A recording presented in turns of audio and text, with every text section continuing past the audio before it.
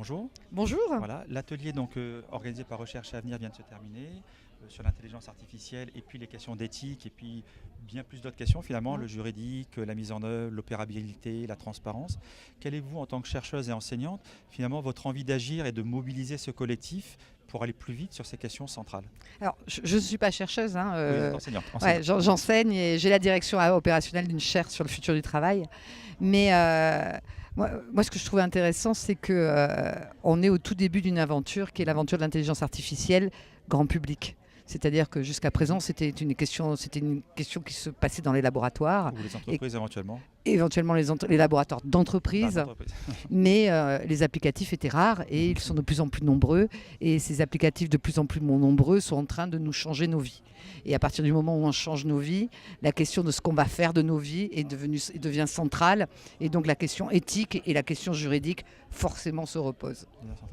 Alors effectivement, on a ressenti d'ailleurs un frémissement dans les débats, parce que cette question juridique et cette question de la transparence, voire même de la mesure qu'on va pouvoir y adosser et pourquoi pas de la correction, est quand même centrale. Quels pourraient être les grands axes sur lesquels on doit travailler très vite collectivement pour éviter de se retrouver dans un processus de nettoyage ou de correction a posteriori et pour peut-être anticiper, alors que ce soit au niveau français, européen, voire au niveau mondial, puisque vous avez bien compris que pour l'association Énergie 1050, la préoccupation du transfert sur les pays dits en développement nous interpelle quand même beaucoup quand on voit la rapidité de ce processus. Oui, tout à fait.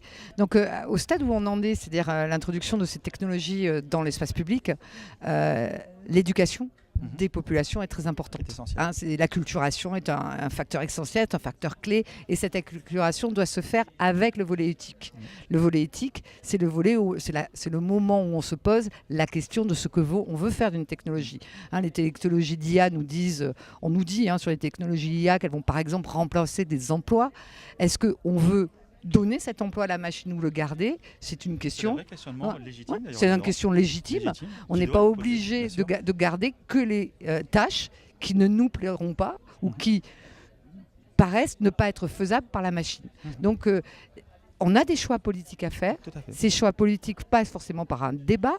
Ce débat est difficile à mener. On le voit au jour d'aujourd'hui, les difficultés qu'il y a à mener des débats. Donc il faut aussi se servir de ces technologies pour aider à débattre. C'est un vrai questionnement intéressant. C'est la première chose. Il faut éduquer les gens et réfléchir à ce qu'on veut faire de ces technologies, de la société qu'on veut demain. Ce n'est pas tellement des technologies de ce qu'on va faire avec elles, mais plutôt de quelle société on veut demain. On partage la même approche dans l'association. Et après, il faut être conscient que l'usage de ces technologies doit être favorisé. Donc pour favoriser une technologie, il faut établir un cadre de confiance. Ce cadre de confiance, c'est donner aux citoyens les conditions de la confiance qui vont lui faire coopérer avec ces machines, mais c'est également donner aux entreprises les moyens de se développer. Est-ce que ce nouveau principe d'innovation que nous propose l'Union européenne est-il utile dans le monde de l'intelligence artificielle? Certainement, mais c'est un principe qui, opposé au principe de précaution, doit être réfléchi. Et enfin, mais ça ne viendra que dans le deuxième temps, il faudra légiférer sur les aspects néfastes, mais ça ne pourra venir que dans un deuxième temps. Après, vous parlez de la dimension territoriale, la problématique de l'international.